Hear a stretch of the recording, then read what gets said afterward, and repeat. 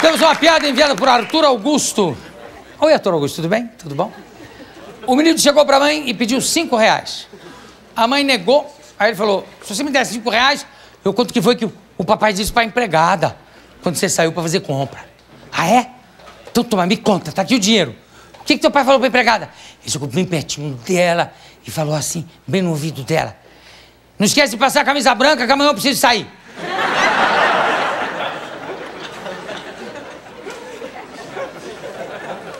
Interessante, não? Muito interessante. Tem aquela também, do moleque que diz assim, papai me dá 100 pau. Falou. O pai já responde, 50? Pra que você quer 20 se não precisa de 10? Toma 5, me dá 2 e dá 1,5 pro teu irmão. É o mesmo sistema. Isso, então, não tem a menor graça. Vamos ser sinceros. Agora eu tô curioso pra saber como é que se opera um peixe.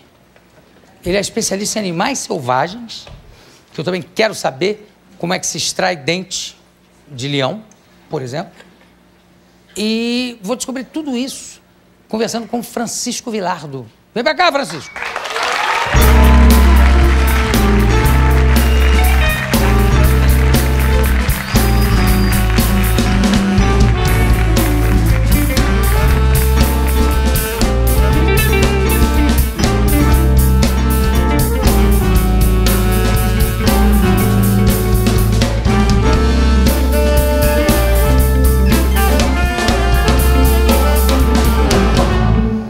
Você, o que você entende por animais selvagens? Bom, animais selvagens... Que pergunta difícil essa. Não é difícil, não. Animais selvagens são todos aqueles que não são os domésticos. Só que o pessoal... Não, é sério. O pessoal... Agora vocês vão ver por que a pergunta é inteligente. Porque as pessoas confundem animais domesticados com animais domados. Né? O animal selvagem é uma denominação internacional. O que é que o pessoal costuma conhecer vulgarmente? Chama de animal silvestre. Mas entomologicamente falando, silvestre vem de selva. Selva é silvestre? Mata fechada. Claro, então... Floresta. Uma cobra do deserto não é... Exatamente. Só que eu não trato só de animais de mata fechada. Eu trato de animais que vivem em savanas, em áreas abertas. Então a gente chama de selvagens. E selvagens atende à denominação internacional. Por exemplo, o americano ele fala wild. O francês ele fala sauvage. Então a gente fala selvagens. Mas não quer dizer que todos eles sejam bravos, vão atacar a gente. Não, a gente trata de jabuti, de papagaio. A tartaruga é um animal selvagem? É considerado um animal selvagem. Porque o Osmar tem uma tartaruga Maria Rosa. E tá indo muito bem, saúde. Que ele reencontrou, ele perdeu. Ele saiu para passear com a tartaruga, ele descuidou-se. A tartaruga sumiu no horizonte. Porque o Osmar é um pouco lento. Tanto que o pessoal brinca, eu não faria isso. Mas os outros músicos costumam brincar chamando ele de Osmar Chalenta. Que é mentira. E a tartaruga deu 2 crias. Não é? Ficou grávida durante 1 mês. E como é o nome das 2 tartarugas que nasceram? Perdão? O nome das que nasceram? Oscar e Oscar. Eram gêmeos, né? Gêmeos idênticos. Porque são iguais, essa tartaruga chama Oscar, quando ela olha, tá certo. Uma coisa, tá certo. Então, essa tartaruga dele é um animal, ele convive com um animal selvagem. Isso, convive com um animal selvagem. Eu também tenho uma cliente que ela tinha uma tartaruga chamada Margarida Maria. Por que a tartaruga tem 2 nomes? Não sei, mas Maria Rosa, o problema maior dela foi quando essa tartaruga, por ter problemas nutricionais, não desenvolveu direito. E um dia eu fui chamado porque ela estava apresentando uma coisa estranha, diferente. Aí quando eu cheguei na casa dela para fazer a consulta, era um prolapso de pênis. E na verdade o problema dela maior não foi o prolapso de pênis em si, foi, há 20 anos ela chama Margarida Maria de Margarida Maria, e Margarida Maria não era Margarida Maria. Então ela falou, como que eu vou fazer?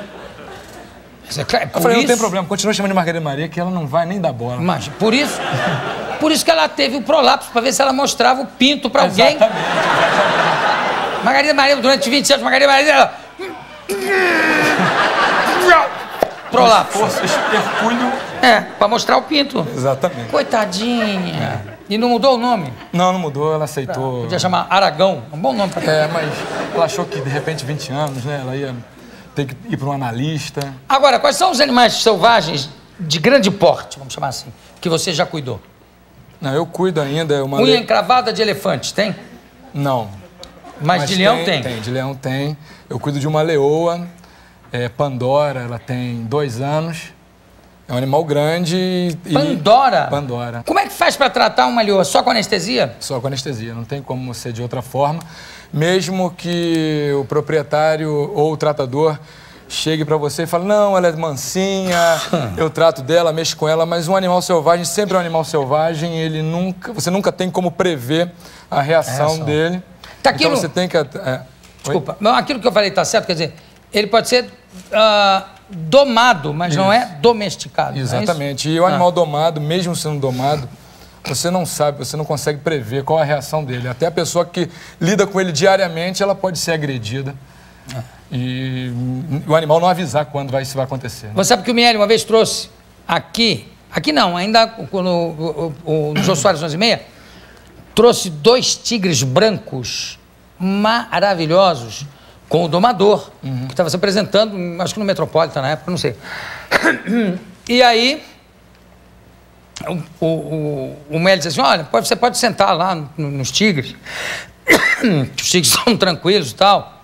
Aí eu disse assim, eu não vou sentar no tigre, mas eu tenho o Derico, que enfrenta qualquer coisa, para aparecer, qualquer lugar ele vai, não tem problema.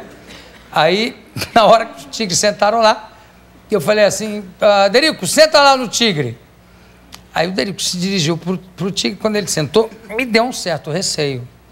E o domador está aqui, eu falei para ele, os tigres são domados, não tem perigo? Eu falei, sim, são domados. Pero um tigre é um tigre, não? Eu falei, Derico, levanta, volta lá. Volta. Porque é verdade, você nunca sabe a reação, né? Geralmente, esses animais, eles têm as unhas, as garras do anterior extraída.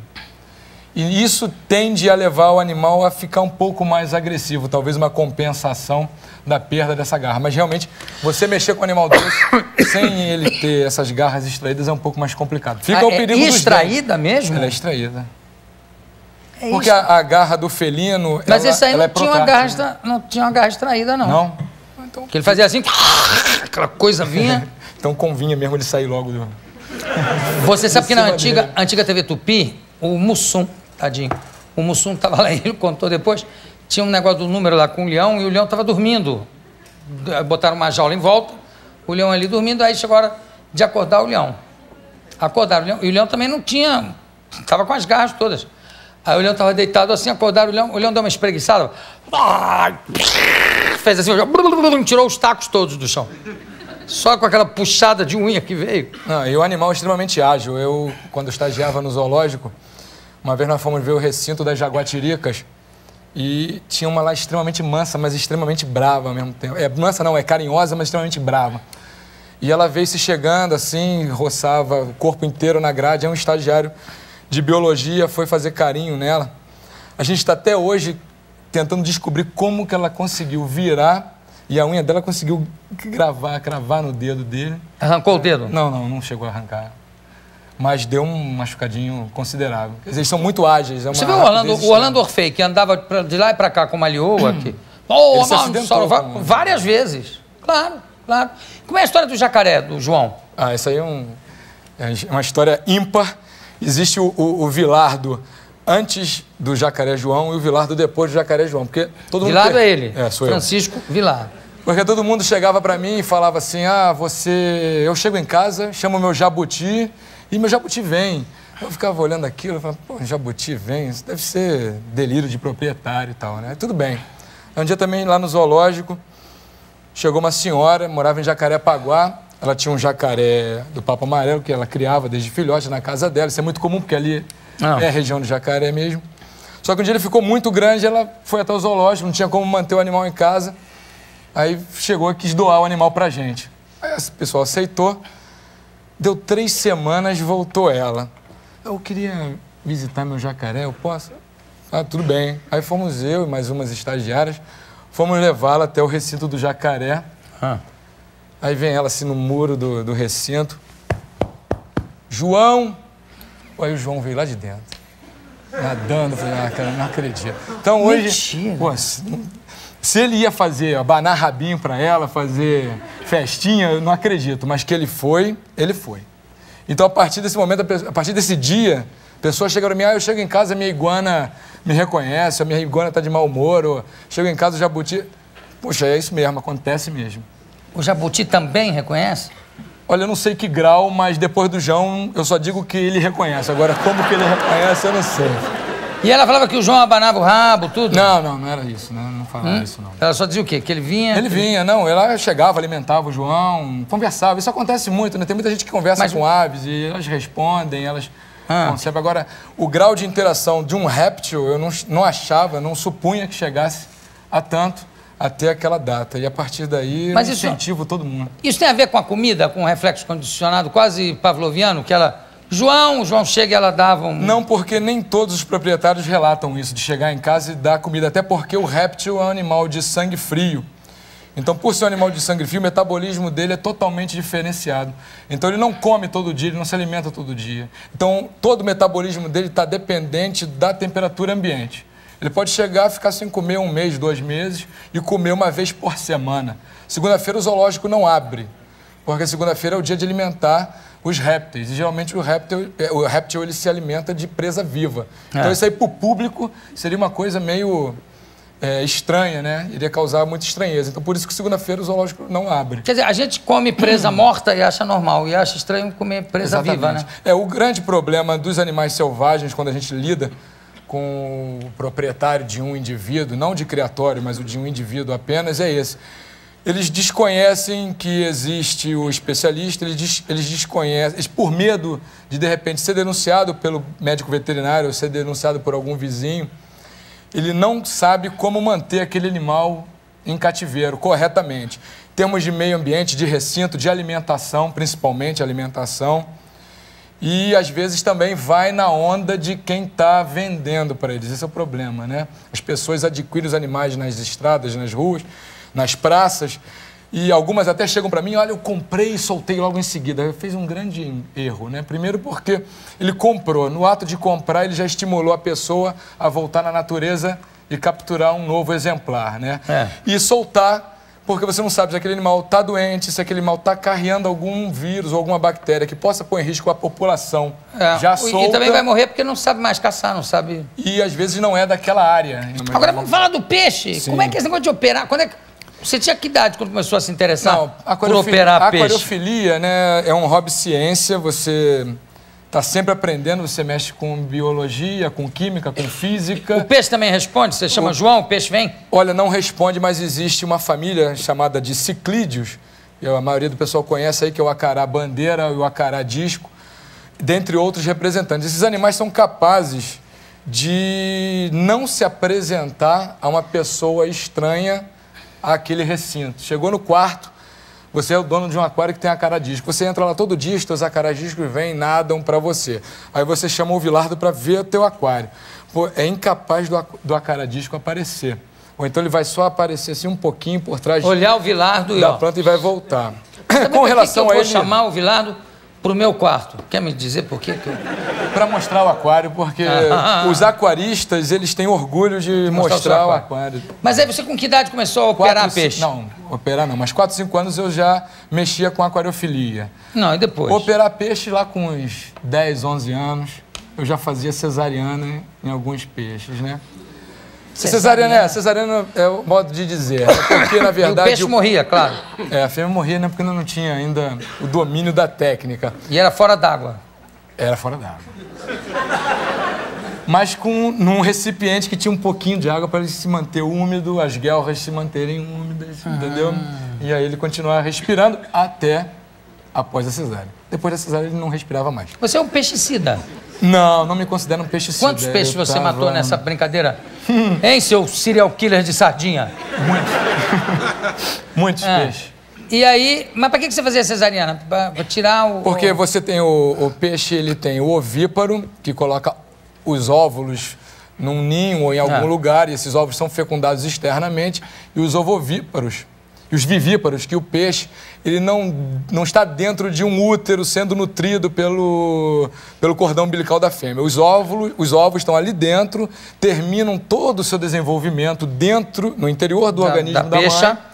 E aí, depois de um tempo, basicamente 30 dias, que é o período de nascimento de um peixe desse, ele rompe uma membrana, que seria a casca do ovo, entre aspas, e aí ele é expelido. Só que tem fêmeas que colocam centenas de filhotes. Isso daí leva a uma distocia, que é a dificuldade do parto. Aí você facilitava. Então eu facilitava. E matava a mãe. É. Sempre. Depois eu fui aperfeiçoando, aí eu consegui já salvar as mães. Depois eu fui aperfeiçoando mais ainda, como era um problema, aí eu já estava acadêmico, então eu já mais ou menos tinha noção das coisas. Então eu sabia que aquilo ali era uma dificuldade no parto. Então o que eu fazia? Eu expelia 3, 4 e esperava que ela fizesse o resto. E você nota, porque na lateral do corpo ele começa a ficar arroxeado, como se tivesse uma dificuldade de circulação sanguínea ali. Então você já nota e ela começa a respirar com maior dificuldade. Isso aí parece estranho, mas quando você mexe com aquariofilia... Não tem nada de estranho. Você vai perguntar, como é que esse cara sabe? Mas você, quando mexe diariamente ao longo de anos, você aprende a visualizar Nós vamos mostrar umas fotos das cirurgias nos peixes aqui, já depois de formado. Vilado, já formado. Vamos lá. Essas fotos, elas foram tiradas por um grande amigo meu, veterinário Dr. Jorge Pereira. Eu considero ele como um irmão. O que você está segurando aí? Aquilo ali é uma carpa, que todo mundo conhece, é uma carpa de lago. Ela tinha um problema. A carpa é um peixe que ele vive basicamente de fundo. A boca desse peixe é voltada para baixo. Significa que ele se alimenta basicamente revolvendo o fundo e se nutrindo. Ela tinha um problema na bexiga natatória que fazia com que ela só ficasse na superfície. Então, o animal que se alimenta no fundo, boiando, vai morrer de fome, né? Então... E era de nascença esse defeito? Não, esses problemas, eles aparecem oriundos a infecções por vírus, infecções por bactéria. E de quem era essa capa? Que teve era de um aquarista amigo meu. Que teve cuidado de levar. A história toda começou porque, na verdade, quando os aquaristas se encontravam e eles sabiam que eu era veterinário, eles viravam para mim num desafio e falavam: vai, meu peixe está com um tumor, tá com um negócio assim na pele. Vamos tirar? Tu é cirurgião? Falei, vamos tirar. Aí o cara ficava de queixo caído, mas a gente ia lá, tirava, ou então abria para... O peixe morria? Não, aí já não morria mais. Vamos lá, vamos em frente. Aí aquilo ali era anestesia, isso aí é a incisão na cavidade celomática, né? Não tem cavidade torácica e cavidade abdominal como nós temos, é cavidade celomática. Isso é da mesma carpa, não? Na mesma carpa. E essa coisa toda em volta, o que é? Uma mesa? Aquilo ali é uma bandeja, porque é o seguinte, quando você anestesia o peixe, você tira ele fora d'água. Então você mantém a pele, tem que manter pele, olhos e as guelras umedecidas. Eu pensei que você operava dentro d'água, não dá, né? Não dá. Vamos mais. E aí você ali tá com um algodão com água. Aquilo ali já é fazendo uma abertura na cavidade celomática, né? Vamos mais. Aí já é a colocação do afastador. Esse afastador o material todo empregado nesse tipo de cirurgia é empregado em cirurgia oftalmológica. Aquilo ali é um afastador de pálpebras, colocado no abdômen. Como é uma máquina não muito profissional, nem nós somos muito profissionais em fotografia, ali eu já estou com a pinça fazendo a punção na bexiga natatória, que ela fica por trás, por cima do cólon dorsal dos peixes. Vamos para a foto final para ver qual é. Aí é fazendo ponto, né? Iniciando a costurando, sutura. Né? Depois? Aí já é a reanimação.